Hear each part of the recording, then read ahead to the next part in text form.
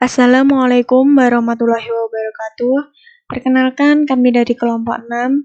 Di sini kami akan menyampaikan hasil diskusi kami mengenai filsafat modern. Di sini kami beranggotakan Violan Lukita Ari, dan saya sendiri Rika Lubi Mujayana, Citra Dewi Pramesti, dan Melian Ramadhani. Baik, di sini saya akan membacakan atau mempresentasikan materi untuk yang slide pertama, dan untuk yang slide selanjutnya akan disampaikan oleh rekan-rekan saya. Baik, saya akan memulai. Filsafat modern. Kita mengenal dulu apakah itu filsafat. Filsafat merupakan ilmu pengetahuan yang menyelidiki segala sesuatu secara mendalam hingga akar-akarnya untuk mencari hakikat dari suatu fenomena agar memperoleh kebenaran yang sesungguhnya. Filsafat zaman modern adalah pengetahuan tidak berasal dari kitab suci atau ajaran agama, tidak juga dari para penguasa, tetapi dari diri manusia itu sendiri. Aliran rasionalisme beranggapan bahwa sumber pengetahuan itu adalah rasio. Sebaliknya, aliran empirisme meyakini pengalaman sumber pengetahuan itu baik yang batin maupun inderawi. Aliran rasionalisme dipelopori oleh René Descartes pada tahun 1596 hingga 1650 Masehi. Dalam Discours des Méthodes tahun 1637, dia menegaskan perlunya ada metode jitu sebagai dasar kokoh bagi semua pengetahuan, yaitu dengan menyaksikan segalanya secara metodis.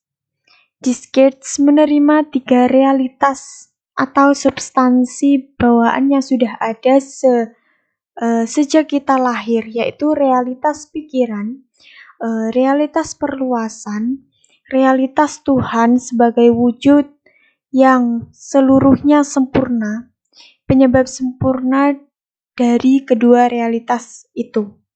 Pikiran sesungguhnya adalah kesadaran, materi adalah keluasan.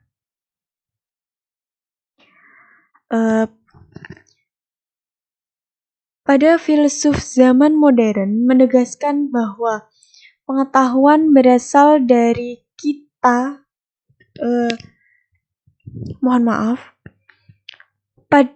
Para filsuf zaman modern menegaskan bahwa pengetahuan tidak berasal dari kitab suci atau ajaran agama, tidak juga dari para penguasa, tetapi dari diri manusia itu sendiri. Aliran rasionalisme beranggapan bahwa sumber pengetahuan itu adalah rasio, di mana kebenaran pasti berasal dari rasio atau akal. Aliran empirisme sebaliknya meyakini pengalamanlah sebagai sumber pengetahuan itu, baik yang batin maupun yang inderawi. Lalu muncullah aliran kritisisme yang mencoba memadukan kedua pendapat berbeda.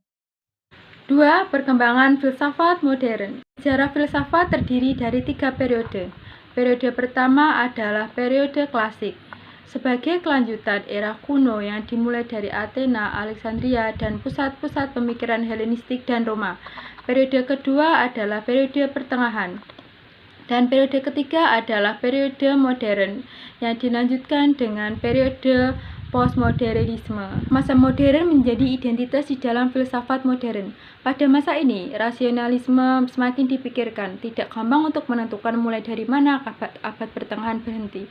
Namun dapat dikatakan bahwa abad pertengahan itu berakhir pada abad 15 dan 16 atau pada masa Renaissance. Masa setelah abad pertengahan adalah masa modern, akan tetapi ada hal-hal yang jelas menandai masa modern, yaitu berkembang pesatnya berbagai kehidupan manusia barat, khususnya dalam bidang kebudayaan, ilmu pengetahuan, dan ekonomi. Usaha untuk menghidupkan kembali kebudayaan klasik Yunani Romawi. Kebudayaan ini pula lah yang diresapi oleh suasana Kristiani. Di bidang filsafat terdapat aliran yang terus mempertahankan masa klasik. Aliran-aliran dari Kungfu dan mazhab Stoa menjadi aliran-aliran yang terus dipertahankan. Pada masa Renaissance, ini tidak menghasilkan karya-karya yang penting. Satu hal yang menjadi perhatian pada masa Renaissance adalah ketika kita melihat perkembangan pemikirannya. Perkembangan pada masa ini menimbulkan sebuah masa yang amat berperan di dalam dunia filsafat. Inilah yang menjadi awal dari masa modern. Timbulnya ilmu pengetahuan yang modern berdasarkan metode eksperimental dan matematis. Segala sesuatunya, khususnya di dalam bidang ilmu pengetahuan, mengutamakan logika dan empirisme. Aristotelian menguasai seluruh abad pertengahan ini melalui hal-hal tersebut. Pada masa modern terjadi perkembangan yang pesat pada bidang ekonomi. Terlihat dari kota-kota yang berkembang menjadi pusat perdagangan, pertukaran barang, kegiatan ekonomi moneter, dan perbankan. Kaum kelas menengah melakukan upaya untuk bangkit dari keterpurukan dengan mengembangkan suatu kebebasan tertentu yang berkaitan dengan syarat-syarat dasar kehidupan. Mekanisme pasar pun sudah mulai mengambil peranan penting untuk menuntut manusia untuk rajin, cerdik, dan cerdas. Dari sudut pandang sosioekonomi menjelaskan bahwa individu berhadapan dengan tuntutan-tuntutan baru dan praktis yang harus dijawab berdasarkan kemampuan akal budi yang mereka miliki tanpa harus mengacu kepada otoritas lain, entah itu dari kekuasaan gereja, tuntutan tanah federal, maupun ajaran muluk-muluk dari para filsuf. Dari sudut pandang sejarah filsafat barat, melihat bahwa masa modern merupakan periode di mana berbagai aliran pemikiran baru mulai bermunculan dan beradu dalam kancah pemikiran filosofis barat. Filsafat barat menjadi panggung perdebatan antara filsuf terkemuka. Sejarah filsafat pada masa modern ini dibagi ke dalam 3 zaman, yaitu periode zaman Renaissance, zaman pencerahan budi, dan zaman romantik, khususnya periode idealis Jerman. Ada beberapa tokoh yang menjadi perintis yang membuka jalan baru menuju perkembangan ilmiah yang modern. Mereka adalah Leonardo da Vinci, Nicolaus Copernicus, Johannes Kepler, dan Galileo Galilei. Sedangkan Francis Bacon merupakan filsuf yang meletakkan dasar filosofisnya untuk perkembangan dalam bidang ilmu pengetahuan. Dia merupakan bangsawan Inggris yang terkenal dengan karyanya yang bermaksud untuk menggantikan teori Aristoteles tentang ilmu pengetahuan dengan teori baru. René Descartes merupakan filsuf yang paling terkenal pada masa filsafat modern. René Descartes diberi gelar sebagai bapak filsafat modern. Dia adalah filsuf Prancis. Descartes menulis sebuah buku yang terkenal, yaitu Discours de la Méthode pada tahun 1637. Buku tersebut berisi uraian tentang metode perkembangan intelektualnya. Dia dengan lantang menyatakan bahwa tidak merasa puas dengan filsafat dan ilmu pengetahuan yang menjadi pendidikannya. Dia juga menjelaskan bahwa di dalam dunia ilmiah tidak ada sesuatu pun yang dianggapnya pasti. Segala sesuatu dapat dipersoalkan, pada kenyataannya memang dipersoalkan juga. 3 karakteristik filsafat modern. Renaissance Eropa yang mengantar babak modern memicu berkembangnya filsafat yang bercorak empirik. Akibatnya metodologi pun berkembang ke induksi eksperimentasi. Lahirnya metodologi baru pada era ini akibat terjadinya pergeseran paradigma filsafat. Manusia melihat, merasakan, dan menyadari adanya potensi pada dirinya untuk menentukan kebenaran, tolak ukur, serta validitasnya lewat metode penginderaan observasi. Eksperimen terhadap realitas fisik melahirkan cara yang selanjutnya disebut metode ilmiah. Efek metode ini melahirkan teori heliocentris atau Copernicus. Kepler mengganti teologi langit skolastisisme dengan fisika langit. Demikian juga dengan Galileo yang menurunkan derajat alam sebagai benda yang memiliki kualitas ketuhanan sebagai benda alam yang matematis, kuantitatif, atau profan. Newton, sang jenius, berhasil menumbangkan kosmologi gereja yang menganut paham teologis skolastik dengan prinsip determinisme mekanika universal. Kebebasan dan kreativitas berpikir ini menimbulkan kemarahan pihak gereja yang merasa otoritasnya terancam sehingga kaum gerejawan memilih jalan suram dengan menghukum mereka, bahkan membunuhnya. Keberhasilan ilmu-ilmu empirik yang diraih pada masa Renaissance menjadi filsafat, terutama epistemologi rasional intuitif, mengalami kemunduran. Gereja terjebak dalam reaksi ekstrim dengan memutuskan kemampuan akal dan ilmu serta membentengi ajarannya dengan perisai kalbu dan keimanan. Di sisi lain, kegemilangan ilmu-ilmu alam atau fisika dengan Newton sebagai tokoh utamanya telah membangkitkan semangat empirisme nasional materialistik di bidang astronomi, biologi, psikologi, sosiologi maupun filsafat. Laplace misalnya berani mengatakan bahwa teori astronomi yang dibangunnya tidak membutuhkan hipotesis tentang peran Tuhan untuk menjelaskan asal-usul alam semesta. Begitu juga dengan Darwin yang menafikan keterlibatan Tuhan dalam kehidupan organis yang berjalan sendiri melalui prinsip mekanika hukum evolusi, yaitu seleksi alamiah. Demikian juga dengan Freud yang memandang konsep Tuhan bagi orang-orang beragama sebagai ide ilusif karena berasal dari imajinasi ketidakberdayaan manusia dalam menghadapi fenomena yang di luar dirinya.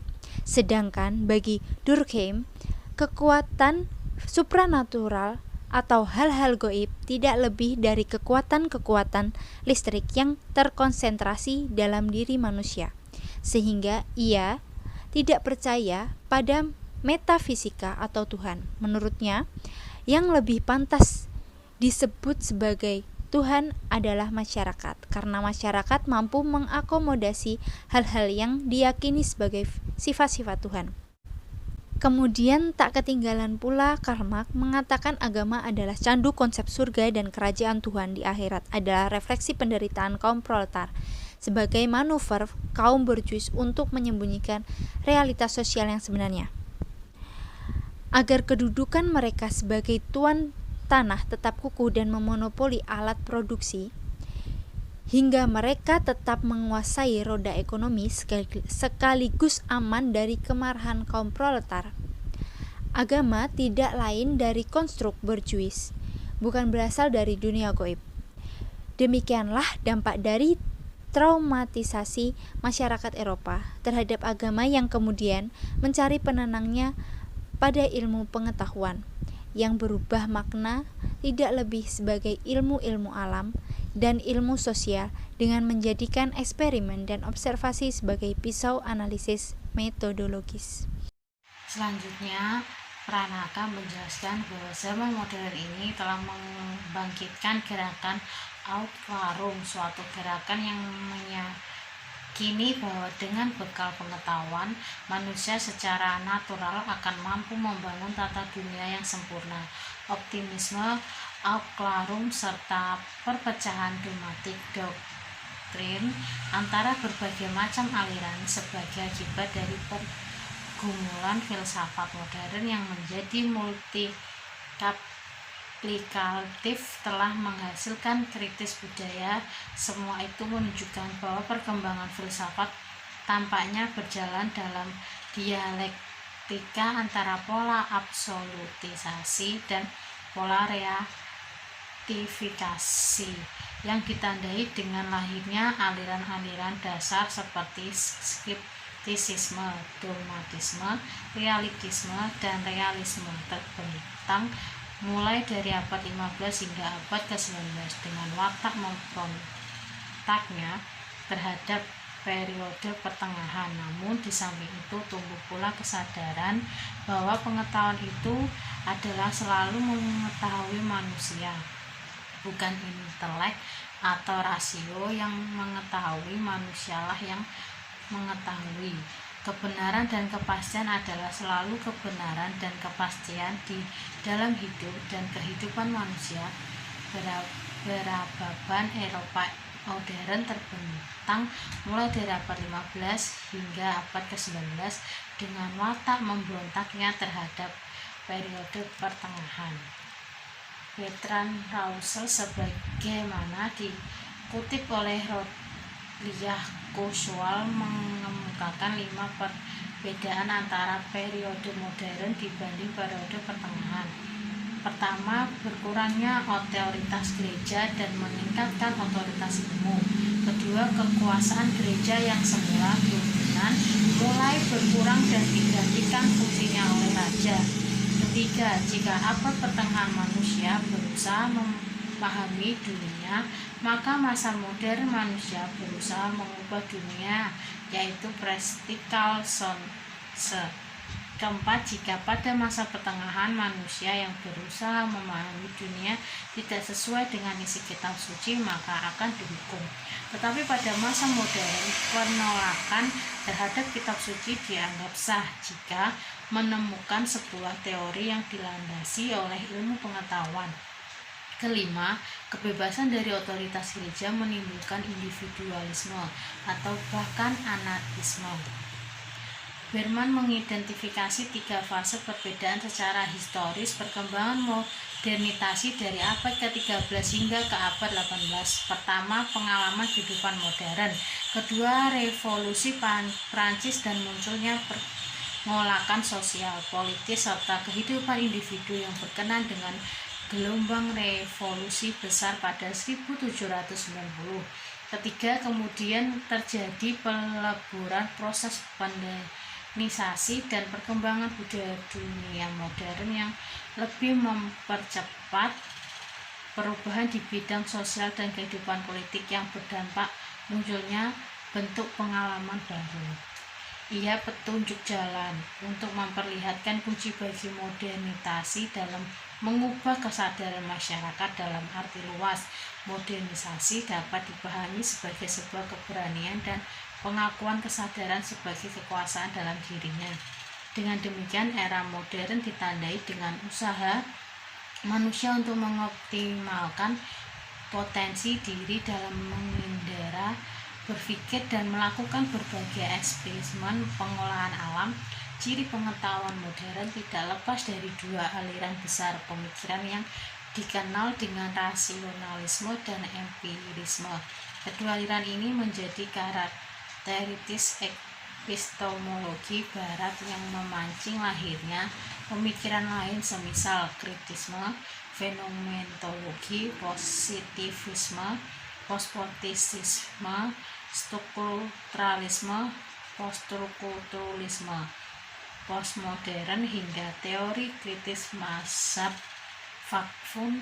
Ragam karakteristik pemikiran-pemikiran tersebut sebagai bagian dari gejala renalis dan kaum intelektual Eropa mengalami demam kontraks paradigmatik.